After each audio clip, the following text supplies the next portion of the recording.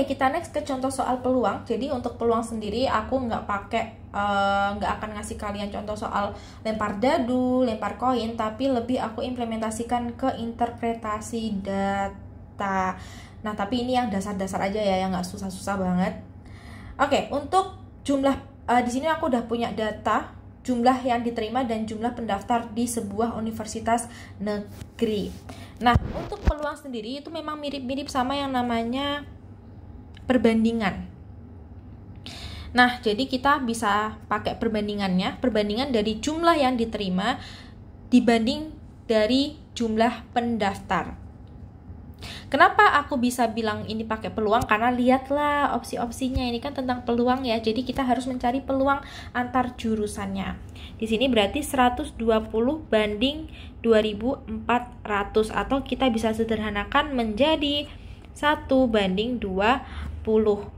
Nah, bacanya itu ada 1 orang yang diterima dari tiap 20 pendaftar. Itu cara membacanya ya untuk peluangnya ya. Nah, semakin angkanya itu semakin tinggi, maka peluangnya itu akan semakin besar. Maksudnya tinggi itu seperti apa? Jadi ketika kita punya 1 banding 20, kita bisa ubah menjadi 1/20 atau akan menjadi 0,05. Nah, ketika dia itu mendekati 1, semakin dia mendekati 1, dia akan makin tinggi peluang untuk lolos.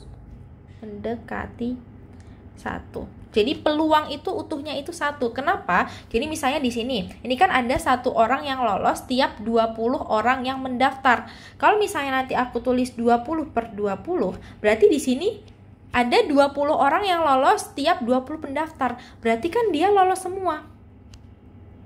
Peluangnya udah sangat-sangat besar ya, atau sama dengan 1. Jadi udah mutlak ini diterima semua gitu. Peluangnya adalah 1. Seperti itu. Nah, kita coba cari lagi untuk teknik sipil. Dia 200 banding 1800 atau sama dengan 1 banding 9. Lalu untuk matematika 250 banding 1500 sama dengan 1 banding 6.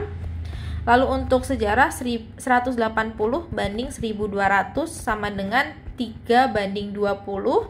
Untuk sastra Inggris 150 banding 900 atau sama dengan 1 banding 6.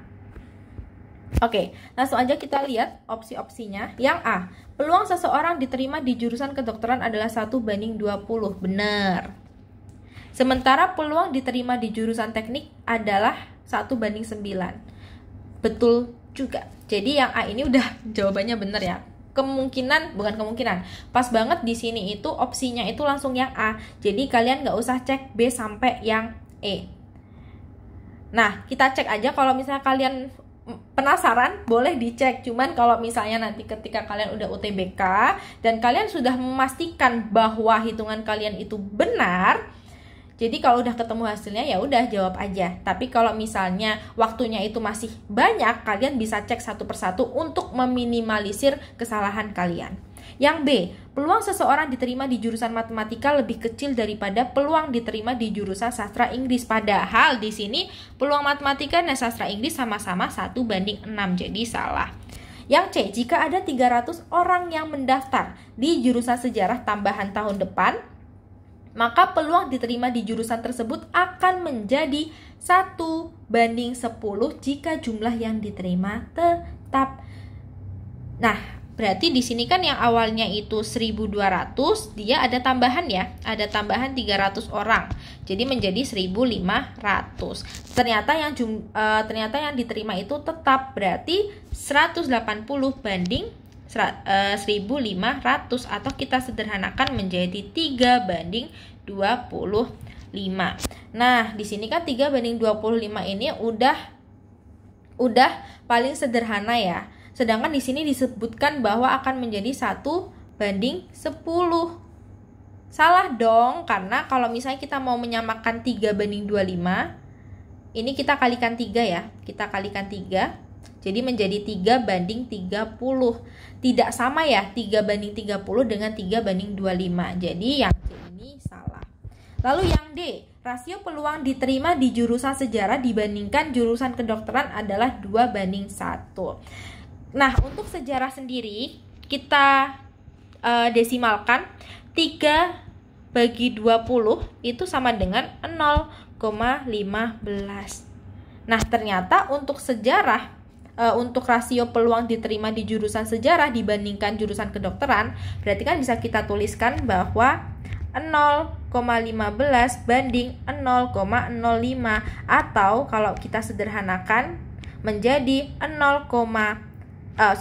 akan menjadi 3:1. Berarti yang D ini salah karena 2:1.